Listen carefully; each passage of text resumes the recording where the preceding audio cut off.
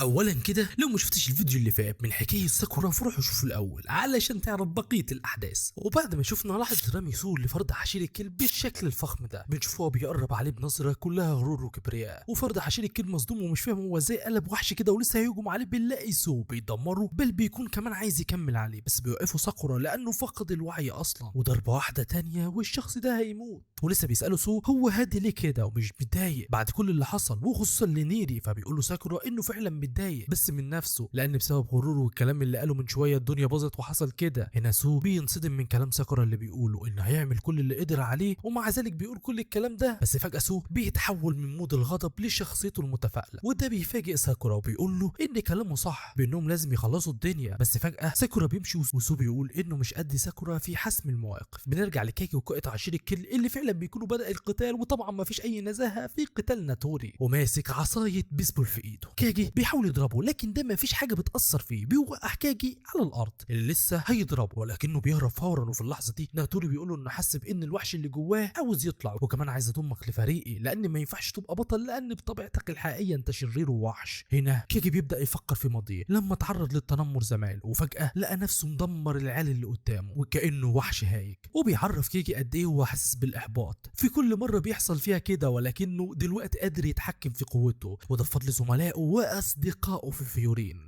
لما ناتوري مش بيعجبه الكلام عن الصداقه والكلام الفارغ ده بالنسبه له بيقرب منه وبيقول له ما تتكلمش وكانك انسان، انا دلوقتي هخليك تفتكر ذاتك الوحشيه. وفعلا بيغيب عليه بيبدا يوجه ضرباته ولكن كاجي قدر يتفاداها بكل براعه. الصدمه انه بيهرب من ضربه قاتله بنقطه بعيده بس ده بيرجع من تاني وبيدي ناتوري ركله بيفشخه في الحيطه، بس ده بيقوم تاني وبيتوالى الضربات ما بينهم. كاجي بيتعرض للضربات لحد ما بيرميه بعصايه البيسبول وبتكبر شديد.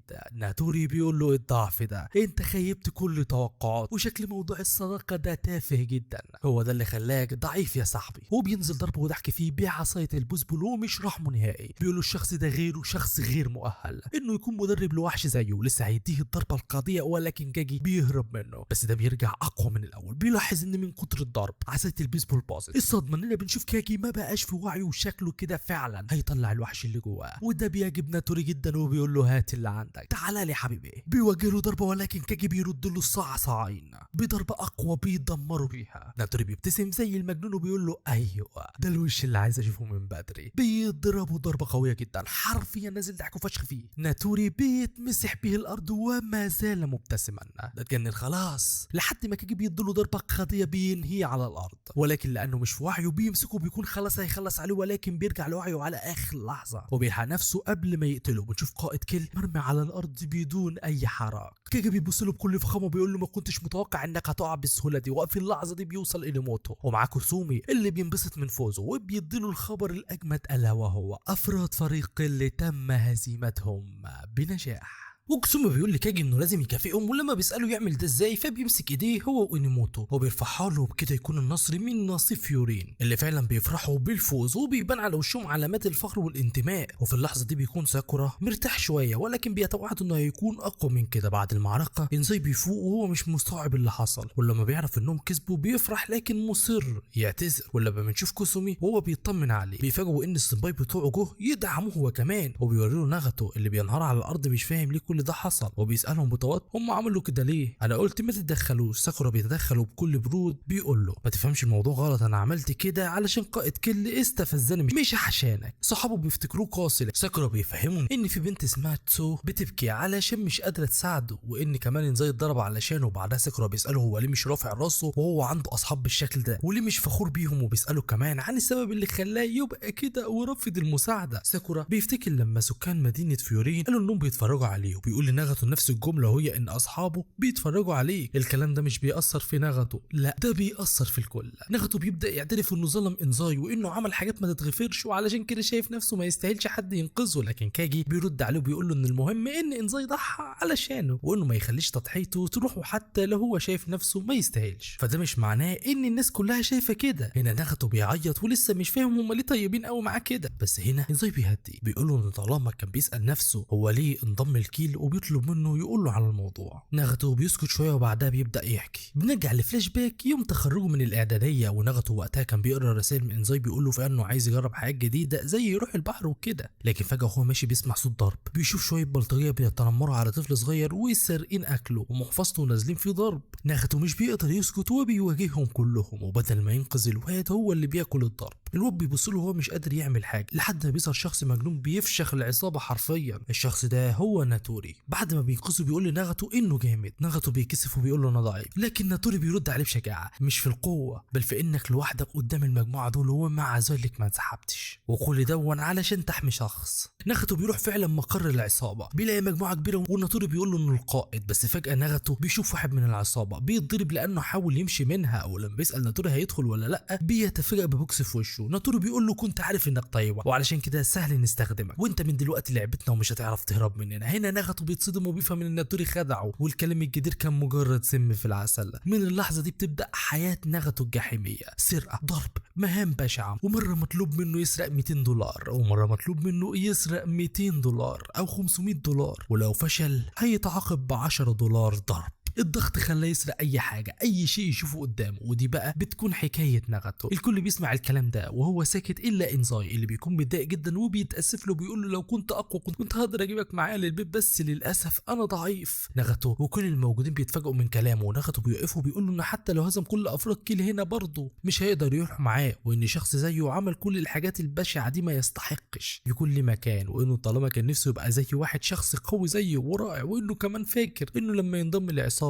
هيكون شبهه ولو بنسبة صغيرة، لكن النهاية ما اتغيرتش وفضل ضعيف. هنا انزاي بيحضنه فجأة وبيقول له ايه الكلام اللي بتقوله ده، وبيفكروا لما كانوا صغيرين. وفي اللحظة دي بنشوف الفلاش باك لما كانوا اطفال هو وناغاتو، وساعتها ناغاتو اتعور وعلشان انزاي هو اللي جنبهم حس بالذنب، لكن اللي حصل ناغاتو قال له وقتها انه بخير، وطالما هم بخير يبقى هو مبسوط، وبيحضنوا بعض والدموع بتنزل من عينيهم في مشهد مؤثر. بعد كل الدراما اللي حصلت بنشوف نيري وهو بيبدأ يفوق، واول حاجة بيكتشفها انه مش واقف، ده طاير في الهواء على ظهر تسوغي اللي بتأسف له لانه صحى فجأة. في اللحظة دي كيرو بيشرح لهم انه خلصوا على افراد كيرو ودلوقتي في طريقهم للرجوع للبيت. نيري بيحس بالراحة والفرحة ان كل حاجة انتهت، لكن في نفس الوقت بيحس بالضعف وبيلوم في نفسه. ولما تسوغي بيقول له ان اكتر واحد اتضرر فبيرتبك وبيعتذر لهم انه خلى اصحابه يشيلوا بالطريقة المذلة دي، بس تسوغي بيرد عليه بيقول له انه بيعتبر جزء من تدريبه. فجأة سو بيضرب نيري على دماغه، بيقول له وهو بيضحك انه افتكر انه اتجنن لما جري لوحده علشان يقاتل، وبيقول له انه ما كانش ينفع يتهور بالمنظر ده. وبنعرف من كلام نيري ان هو اللي اتصل بكاجي وباقي السمبايات علشان يجوا يساعدوهم، وده بيخلي الكل يشكره على اللي عمله. لما نيري بيسأل عن ساكورا بنشوفه واقف في الخلف بينزل من على ظهر تسوغو وبينادي عليه. اول ما ساكورا بيشوفه فاق بيتفاجئوا لما بيتذكر شكل نيري وهو مضروب بيحس بالذنب. نيري بيقول له انه مبسوط انه بخير، لكن ساكورا بيرد عليه وبيقول له انه لازم يقلق على نفسه. لكن المفاجأة لما بيسمع نيري بيقول له انه جامد علشان قدر يقود الفريق بشكل ممتاز، وانه حتى بقى رئيس الفصل مؤخرا، وكمان قدر يحل المشكله. ولما ساكورا بيحاول يشكره بينفجر بكلام كله مراره، بيقول له ايه الجامد اللي فيا، كنت فاكر ان هازمهم لوحدي لكن ما عملتش اي حاجه في النهايه، ناتوري شوتني واللي حصل كله بسببي، وفوق كل ده احتاجنا مساعده طلاب السنه الثانيه. وبيكمل بكلام اكتر حزن وبيقول حتى انت اتضربت وكل واحد مننا اتصاب، مش مهم ازاي عدينا من اللي حصل لان الغلط كله غلطتي، وده مش رايي لوحدي، دي نظره الكل ليا. لكن انزاي بيوقفه وبيقول له ان الكلام اللي بيقوله ده غلط، وانه من غيره ما كانش هيقدر ينقذ ناغاتو، وكل اللي حاسس بيه ناحيته هو الامتنان، وبيقول له بكل وضوح انه بيشكره. وبعد كده بيكون اغرب كل الطلاب بيبداوا يشاركوا في الكلام ويقولوا له نفس الكلام، وانه الضرب اللي اخدوه كان نتيجه ضعفهم مش غلطه ساكورا، وان كلهم بيتحملوا المسؤوليه سوا. وبيبداوا كمان يتريقوا على السوغي اللي مش فاهم ولا عارف ازاي هيفسر لوالدته ايه اللي حصل له. ساكورا بيكون مصدوم مش فاهم هما ليه بيقولوا كده، لكن نيري بيوضح له بيقول له انه ما يفكرش يشيل كل حاجه على كتافه، وانهم كلهم اصدقاء وبيساعدوا بعض. وبيجي سو وبيأكد كلام نيري وبيقول له انهم كلهم نوابه، وعلشان كده لازم يشيلوه هو كمان، وانهم لازم يرجعوا سوا زي ما كانوا. ساكورا بيكون حاسس بشعور جديد عليه، حاسس بامتنان حقيقي لكنه مش قادر يوصفه. كل مره شاف فيها اصحابه بيتضربوا، كل مره شاف كل ده حس بتقل غريب، حاجه عمره ما حس بيها، لانه ببساطه عمره ما عرف معنى الصداقه. المجموعه بتمشي وطلاب السنه الثانيه بيبقوا شايفين كل اللي حصل، وده بيفكرهم بحاجه مشابهه حصلت قبل كده مع كاجي اللي كل بيتركزوا على حاجه واحده من العصابه دي اللي اسمها كيل، ايه هدفهم وازاي عندهم الكم ده من الافراد بالرغم ان مفيش اي معلومات عنهم. واضح ان في حاجه مش طبيعيه في الموضوع. ولما الموضوع بيوصل لعصابه كيل بنرجع للمقر مره تانية، والمفاجاه ان في شخص جديد بيظهر داخل المجموعه وشكله مليان خزي من اللي حصل. بيقول لهم ان اول ما سمع سيره فيورين جه هنا جري، بس ما لحقش المعركه، ولما عرف ان اللي عمل كل ده مجرد طلاب سنه اولى اتصدم. بيقول بمنتهى الاحباط ان دي النهايه الرسميه لعصابه قيل، وانها فقدت قيمتها بسبب قائدها اللي هو ناتوري، وبيقلع زي العصابه وبيقول انه دلوقتي معاه الورقه الرابحه علشان يفوز على فيورين. والصدمه بتكون ان جسمه متغطى بالكامل بالقشوم وشكله مش ناوي على خير نهائي يا صديقي. بيجي الليل وبيقرروا يروحوا يقابلوا أممية في مطعم، والتوتر باين على وشوشهم وكل واحد فيهم حاسس انه داخل على مصير مجهول، لكن بيجمعوا شجاعتهم وبيجهزوا نفسهم لتقديم التقرير اللي حصل.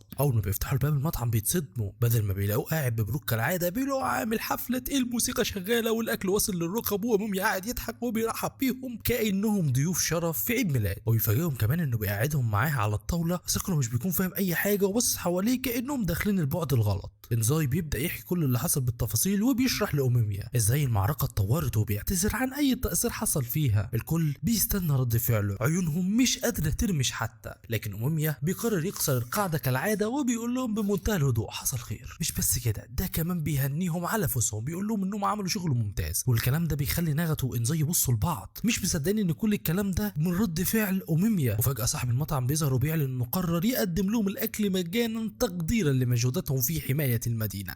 فبيبداوا اكلوا والجو بيتحول من توتر لراحه. انزاي بيكون لسه مش مستوعب الهدوء اللي أممية بيتكلم بيه، فأممية بيقول له ممكن اكون ورطت فيورين في مشاكل بس ناخده صديقك مش كده؟ ساعتها أممية بيبدا يتكلم بيقول له يمكن ورطت فيورين في مشاكل مش بتاعتها، بس في النهايه ناخده صديقك مش كده؟ طبيعي فيورين يتدخلوا علشان ينقذوا انزاي بيحاول يبرر الموضوع من ناحيته وأممية بيردها له من ناحيه تانية. ووسط كل ده ناغاتو بيتكلم اخيرا وبيعتذر بشكل شخصي لأممية عن كل اللي حصل. بيسود الصمت في المكان، بس أممية بيقطعه وهو بيقدم طبق اكل لناغاتو بيكون متردد لكن بيقرر ياكل، وفي اللحظه دي مشاعره بتنفجر جواه، مش عارف يفرح علشان تم انقاذه ولا بسبب المعامله الطيبه ولا حتى من جمال الاكل وطعمه، لكنه بيبدا ياكل بشهيه. ولما أممية بيساله عن طعم الاكل بيرد عليه وبيقول له هو بيعيط عدى وقت كتير من اخر مره اكلت اكل بالجمال ده. أممية بيهز راسه بتفهم وبيقول له انه ما ينساش الطعم ده، وبيقول له فعلا لما الحياه بتكون صعبه ما بيكونش ليها طعم، لكن لما بتشارك الاكل مع ناس بتحبهم ساعتها بتحس بطعم الحياه، وده هو اللي بيخلي الحاجه حلوه. وبيكمل وبيقول ممكن ما تقدرش تغير اللي حصل بس تقدر تتحمل المسؤوليه وتعيش رغم كل حاجه الناس بتقولها. خليك فاكر الطعم ده، اول ما تحسه اعرف انك مش لوحدك وانك دايما محب ناس بتحبك. ناغاتو بيهز راسه بالموافقه، لكن أممية بيطلب منهم يرجعوا الاكل، وفعلا الكل بيكمل الا ساكورا اللي باين عليه الاحباط ولسه غرقان في اعماق افكاره. أممية بيركز عليه وبيساله عن السبب، لكن ساكورا بيرد عليه وبيقول له مفيش حاجه. هنا بيتدخل نيرو وبيوضح الموضوع وبيقول ان ساكورا حاسس بالذنب لان الكل اتضرب جامد اثناء المعركه وهو شايف ان كل اللي حصل دي غلطته. ساكورا بيضايق من تدخل نيلي وبيفجر اللي جواه وبيقول لهم انا مش بعمل كده عشان اللي انتوا مفكرينه، انا بقول كلام كبير وما بعملش اي حاجه، مش فاهم ليه جسمي ما كانش راضي يتحرك زي ما كنت عايز. أممية بيبتسم بيقول له السبب في انك عاجز عن الحركه هو انك شفت كل اصحابك مرميين على الارض مش كده؟ ساكورا بيتصدم ولما بيراجع اللي حصل بيكتشف انه فعلا ده اللي كان منعه. أممية بيكمل وبيقول له في الحاله دي ما في سبب يخليك تتغمد غير انك بتحبهم. الكلام ده بيخلي ساكورا يترنح في مكانه من الاحراج، بيقول له ايه العبط اللي انت بتقوله ده، لكنه بيخبط دماغه في الترابيزه من التوتر. الكل بيقراه وبيفهموا اللي بيحاول يخفيه وبيضحكوا عليه ضحكه حنينه. بعد العشاء كل واحد بيرجع لبيته. أممية بيقعد مع هيراغي في المطعم. هيراغي بيساله وبيقول له ايه رايك في كلام ساكورا؟ أممية بيرد عليه بابتسامه وبيقول له زيه بالظبط، الواد ده هيبقى قوي جدا. في مشهد تاني بيشوف انزاي وناغاتو ومعاهم ساكورا قاعدين في الحديقه ومستنيين صديقتهم ميتسو. اول ما بتوصل وبتشوف ناغاتو بتضربه ضربه مفاجاه وبتنفجر في البكاء، بتكون زعلانه عليهم جدا وبتعاتبهم لانهم اتضربوا جامد، لكنها في الاخر بتحضن ناغاتو بتقول له انها كانت قلقانه عليه. طبعا يا صديقي ده ما ينسناش اللي يقول الكلام ده حرام، بنت غريبه تحضن واد غريب ما ينفعش. المهم ناغاتو بيشكرها وساعتها بيرجع الثلاثي القديم يجتمع من تاني. بيقرر ناغاتو يمشي لكن تسوشيا بتوقفه وبتطلب تعرف اسمه، ولما بيقولها عليه بتعيط من الفرحه وبتشكره من كل قلبها. كالعاده بطلنا بيتوتر وبيقول لها بصي انا وفيت بوعدي، مع السلامه عليكم انا وفيت بوعدي.